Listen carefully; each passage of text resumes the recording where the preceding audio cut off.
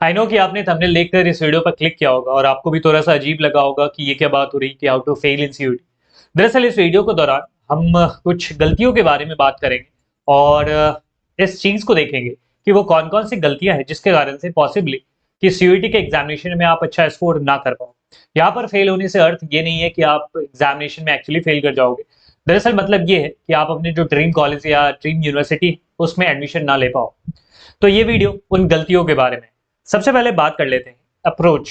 देखिए, मैं आपको रिकमेंड करूंगा कि इस वीडियो को पूरा देखिए और लास्ट में जब हम लोग 4 पॉइंट्स के बारे में बात कर लेंगे, 4 गलतियों के बारे में बात कर लेंगे, तो आपको रियलाइज होगा कि हाँ, पॉसिबली कि आप उनमें से एक या एक से ज्यादा गलतियों को कर रहे होंगे। सबसे पहले बात करते हैं अप्रोच की। देखिए, सीयूईटी के एग्जामिनेशन के लिए जो अप्रोच होना चाहिए, पॉसिबली कि ये आपका गलत हो सकता है या इसमें कुछ खामियां हो सकती है। हर एक एग्जामिनेशन का अपना अपना अप्रोच होता है। आप जी के एग्जामिनेशन में, आप नीट के एग्जामिनेशन और सीयूटी के एग्जामिनेशन को एक दूसरे से कंपेयर नहीं कर सकते।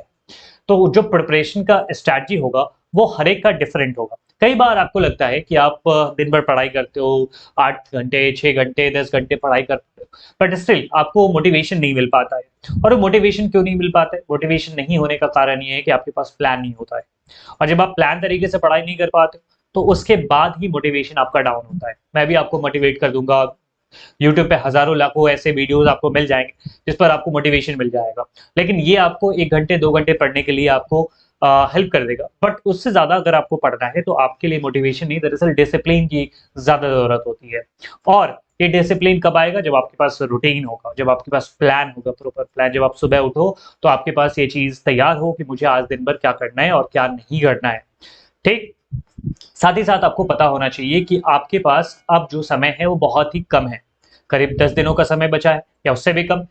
और उन समय में आप बहुत सारे रिसोर्सेज को फॉलो नहीं कर सकते।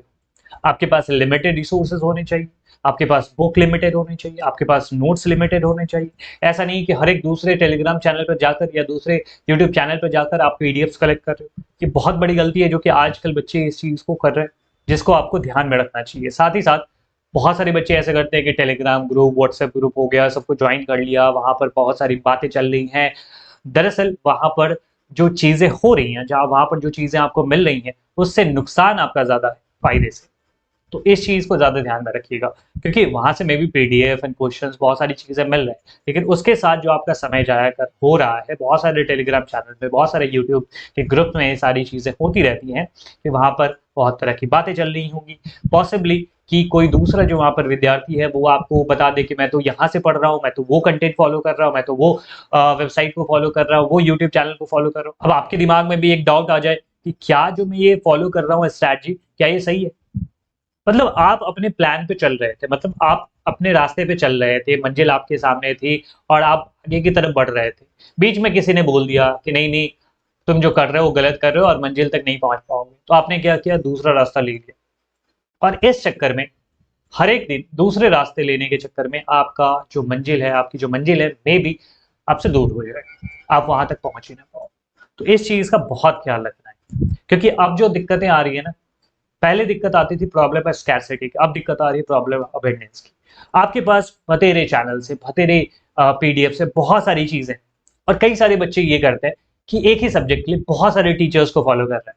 इस चैनल पर भी टीचर मिल गए, दूसरे चैनल पर भी टीचर मिल गए, तीसरे चैनल पर भी टीचर मिल गए, और आप अलग अलग तरह के टीचर्स से पढ़ते जा रहे हो। और वो टीचर क्या कर रहे हैं? आज आपको एक कंटेंट उन्होंने प्रोवाइड किया, कल दूसरा कंटेंट प्रोवाइड किया, लेकिन आपने क्या किया? स्विच कर लिया दूसरे टीचर पे। वहां से भी थोड़ी चीजें इकट्ठा कर लो, वहां से भी थोड़ी चीजें इकट्ठा कर लो। ये बहुत ही गलत अप्रोच है। हाँ, पॉसिबल है कि अगर एक टीचर ने जो आपको पसंद है या जो अच्छे कंटेंट को आपको प्रोवाइड कर रहा है, उस टीचर ने उस चैप्टर को नहीं पढ़ा, तब आप दूसरे टीचर की तरफ जा सकते हो। लेकिन ये बहुत गलत चीज है कि आपके पास ऑप्शंस है तो आप उसकी ऑप्शंस पे बस खो गए हो।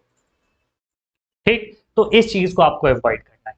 नेक्स्ट, हर एक मटेरियल को हमें कवर करना है। ये बहुत ही बड़ा और गलत अप्रोच है।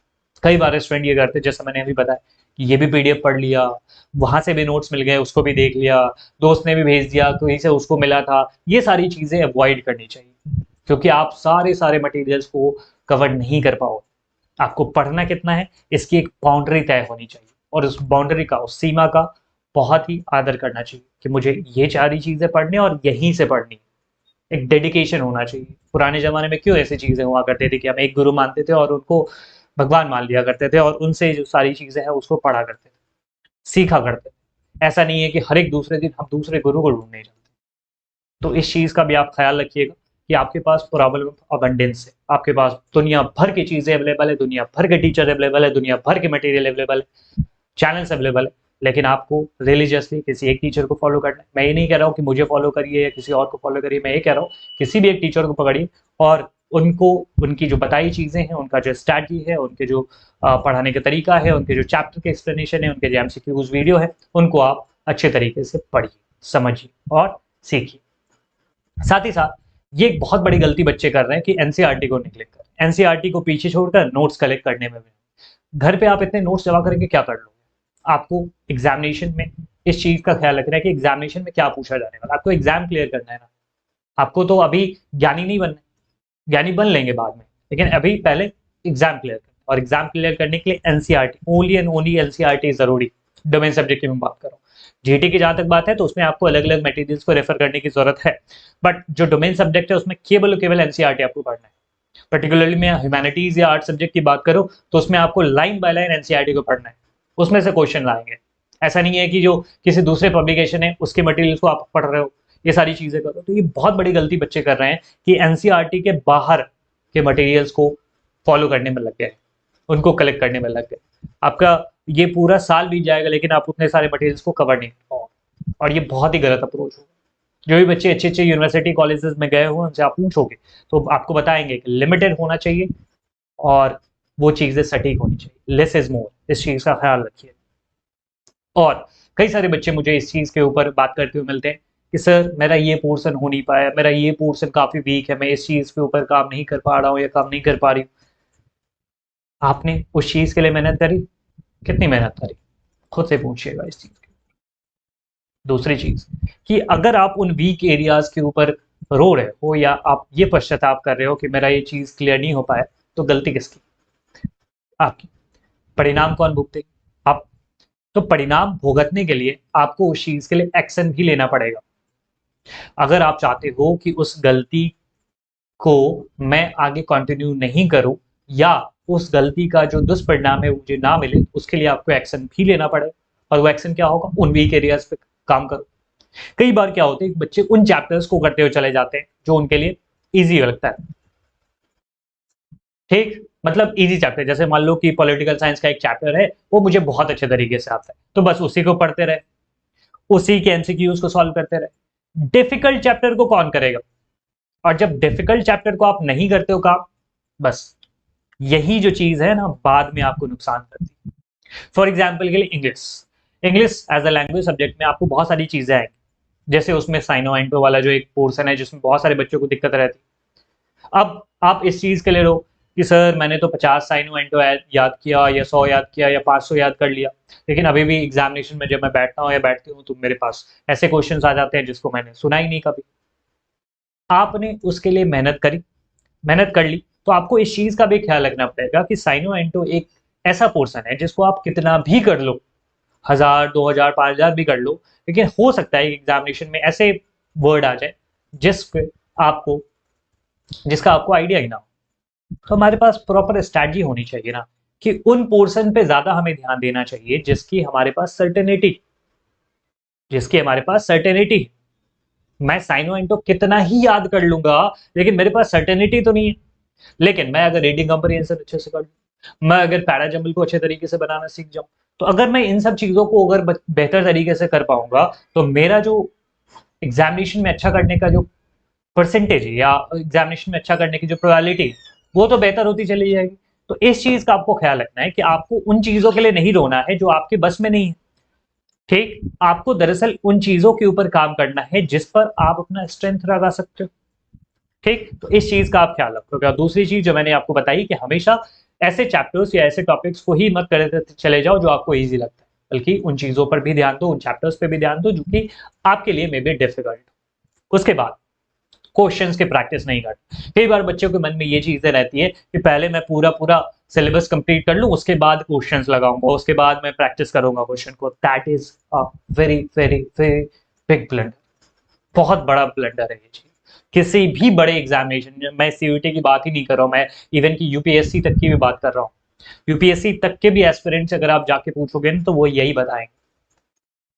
अगर उनके सिलेबस की बात करूँ तो उनका सिलेबस तो कभी खत्म नहीं होगा, लेकिन अब ये सोच के बैठे रहेंगे कि मेरा जब सिलेबस पूरा कंप्लीट हो जाएगा तब जाऊंगा मैं मॉक टेस्ट लगाने के लिए, तब जाऊंगा मैं प्रैक्टिस करने के लिए क्वेश्चंस का। बहुत ही गलत अप्रोच होगा। अब उनके इंटरव्यूज को सुनना, वहां पर चीजें बहुत बेहतर तरीके से बताई जाती। और यही मेरा भी मानना है कि कई बार बच्चों को ये लगता है कि मैं पूरा पूरा बुक खत्म कर लूंगा या कर लूंगी, उसके बाद मैं मॉक टेस्ट लगाऊंगी, उसके बाद मैं क्वेश्चंस की प्रैक्टिस करूंगी। ये बहुत ही गलत अप्रोच। जैसे जैसे आप चीजों को कवर करते हुए चलो, उसके ऊपर क्वेश्चंस को प्रैक्टिस करते हुए चलो। फॉर एग्जाम्पल के लिए मैंने क्या किया, मैंने चैप्टर 1 पढ़ा किसी भी सब्जेक्ट, ठीक है। उसके बाद मैं क्या करूंगा, चैप्टर 1 बहुत अच्छे तरीके से पढ़ लिया, उसके बाद मैं उस पर बेस्ड क्वेश्चंस लगाऊंगा। इट्स से 20 question, 40 question, 50 question, 100 question, 200 question, जितने सारे क्वेश्चन मिल सकते हैं मैं इस क्वेश्चन को लगाऊंगा, ठीक। उसके बाद मेरे पास एक कॉपी होनी चाहिए, रजिस्टर्ड होना चाहिए, जिसमें जो भी क्वेश्चंस मेरे गलत हुए उनका पूरा मैं नोट करूं। इससे मैं उन एरियाज को आइडेंटिफाई कर पाऊंगा जो गलत हुआ है, और वो क्यों गलत हुआ इस चीज का भी मैं पता लगा पाऊंगा कि क्या वो मेरा कंसेप्ट क्लियर नहीं था या एग्जाम के टेंशन में वो चीजें गलत हो गई। तो इस चीज को पता कैसे चलेगा, प्रैक्टिस करके, कि ये चैप्टर फर्स्ट जो है वो मेरा क्लियर है नहीं। कैसे पता चला, क्वेश्चंस के प्रैक्टिस। और जब आप वो रजिस्टर बना लेते हो ना, काम 90% खत्म हो जाता है। ये रजिस्टर बनाना जरूर आपके लिए मैंडेटरी वर्क है कि आप हर एक चैप्टर पढ़ने के बाद प्रैक्टिस लगाओ और उसके बाद एक बुक मेंटेन करो, एक कॉपी मेंटेन करो जिसमें सारी चीजें। आप इस जत में नहीं लगे रहो कि पूरा पूरा बुक खत्म होगा, पूरा पूरा सिलेबस खत्म होगा तब जाके मैं टेस्ट लगाऊंगा, तब जाके मैं क्वेश्चन सॉल्व करूँ। उसके बाद अननेसेसरी क्वेश्चन कई बार मैंने देखे, दूसरे यूट्यूब चैनल्स के भी कभी कभी वीडियोस में ओपन कर लेता हूँ, या टेलीग्राम ग्रुप पे भी मैं कुछ चैनल्स पे देखता हूँ, वहां से भी बच्चे के जो हमारे हैं वो मैसेज भेजते हैं कि सर ये किस प्रकार का क्वेश्चन आएगा। अननेसेसरी क्वेश्चंस कई बार पूछे जाते हैं जो एनसीईआरटी से बिल्कुल बाहर, जिनका सीयूईटी से कोई नाता नहीं होने वाला, क्योंकि सीयूईटी का डिफाइंड सिलेबस है। उन क्वेश्चंस के ऊपर मत भागो। डोमेन सब्जेक्ट में आपके पास चैप्टर है और एनसीईआरटी है, दैट्स इट। इसके अलावा अगर कोई अलग तरह के क्वेश्चंस पूछ रहा है, उन क्वेश्चंस को आपको देखकर परेशान नहीं होना है, और आपको पैटर्न पता होना चाहिए कि सीयूईटी में किस प्रकार के क्वेश्चंस आते हैं। आपके पास वन लाइनर भी आएंगे, आपके पास मैच द फॉलोइंग भी आएंगे, आपके पास पैसेज बेस्ड भी आएंगे, और डिफरेंट डिफरेंट सब्जेक्ट्स में अलग अलग तरीके के क्वेश्चन आ सकते हैं। आप क्या इन पर सभी प्रकार के क्वेश्चन को सॉल्व कर पा रहे हो या कर रहे हो। क्रोनोलॉजी बेस्ड भी आएंगे, क्या जो डिफरेंट चैनल्स हैं, क्या जो डिफरेंट वेबसाइट हैं या टेलीग्राम ग्रुप है आपको ये सारे टाइप की चीजें प्रोवाइड कर रहे हैं, इस चीज का भी आपको ख्याल रखना चाहिए। और सारी चीजें क्या एनसीईआरटी पे बेस्ड है, डोमेन सब्जेक्ट। जीटी के लिए चीजें अलग हो सकती है। तो ये चीज जब होगी ना तभी जाके आपका क्लियर होगा।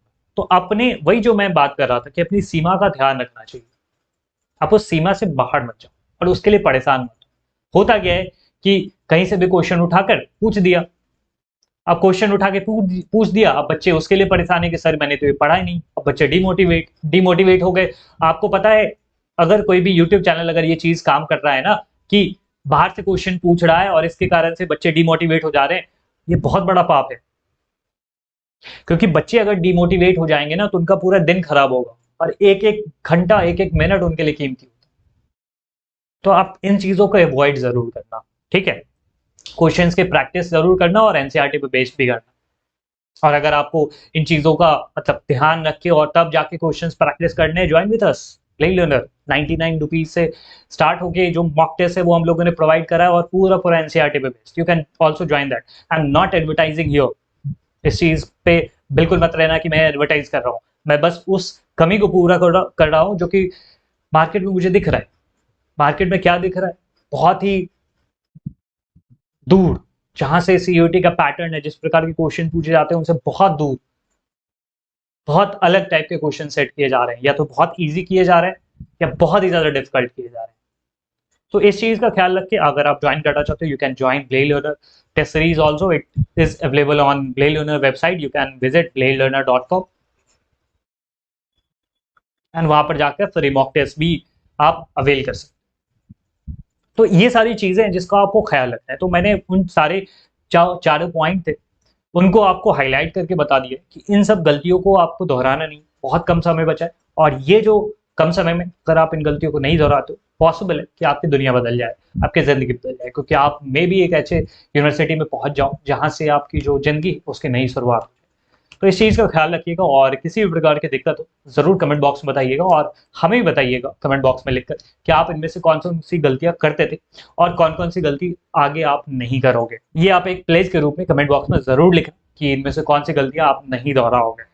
एंड कैसा लगा ये वीडियो ज़रूर बताइएगा। मिलते हैं अगले वीडियो में, तब तक आप बहुत ख्याल रखिए, समय का ख्याल रखिए और पढ़ते रहिए। Thank you so much. जय हिंद।